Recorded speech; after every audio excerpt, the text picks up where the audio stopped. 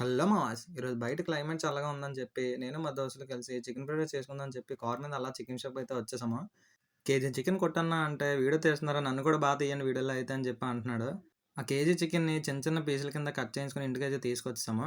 తెచ్చుకున్న చికెన్‌ని బాగా వాష్ చేసుకొని దాంట్లో కారం, సాల్ట్, ఆయిల్, కార్న్ ఫ్లోర్, ఇంకా కొద్దిగా చికెన్ మసాలా, గరం మసాలా, అల్లం వెల్లుల్లి పేస్టు, లాస్ట్‌లో 2 గుడ్లేసుకొని చికెన్ బాగా కలుపుకొనేసాము. ఇలా కలుపుకుంటే మసాలా అనేది ముక్కలకి బాగా అంటుతుందనమాట. దీన్ని ఒక అరగంట సేపు ఫ్రిడ్జ్‌లో అయితే పెట్టాలి. ఈలోపు మేము రైస్ అనేది ఉడకబెట్టేసుకున్నాము.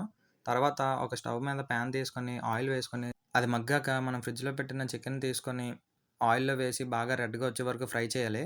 ఈ ఫ్రై చేసుకున్న చికెన్‌ని ఒక గిన్నెలో వేసుకొని పక్కన పెట్టుకోవాలి. ఈలోపు వేరే దాంట్లో ఆయిల్ తీసుకొని, ఆనియన్స్, పచ్చిమిర్చి, 2 ఎగ్స్ అయితే ఏసుకొని లో ఫ్లేమ్‌లో పెట్టుకొని దీన్ని బాగా కలుపుకోవాలి. మళ్ళీ ఇందులో కొద్దిగా సాల్ట్, కారం ఏసుకొని కలుపుకున్న తర్వాత, మనం ముందుగా ఫ్రై చేసుకున్న చికెన్‌ని కొద్దిగా తీసుకొని ఇందులో ఏసుకోవాలి. ఈ చికెన్ కూడా లో ఫ్లేమ్‌లో పెట్టుకొని బాగా మిక్స్ చేసుకోవాలి.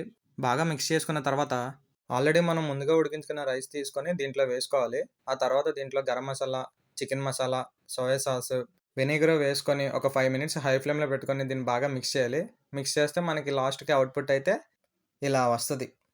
దీంట్లో లైట్‌గా ఆనియన్స్ వేసుకుంటే మన చికెన్ ఫ్రైడ్ రైస్ రెడీ. ఇలాంటి మరిన్ని వీడియోస్ కోసం do follow and subscribe to our channel.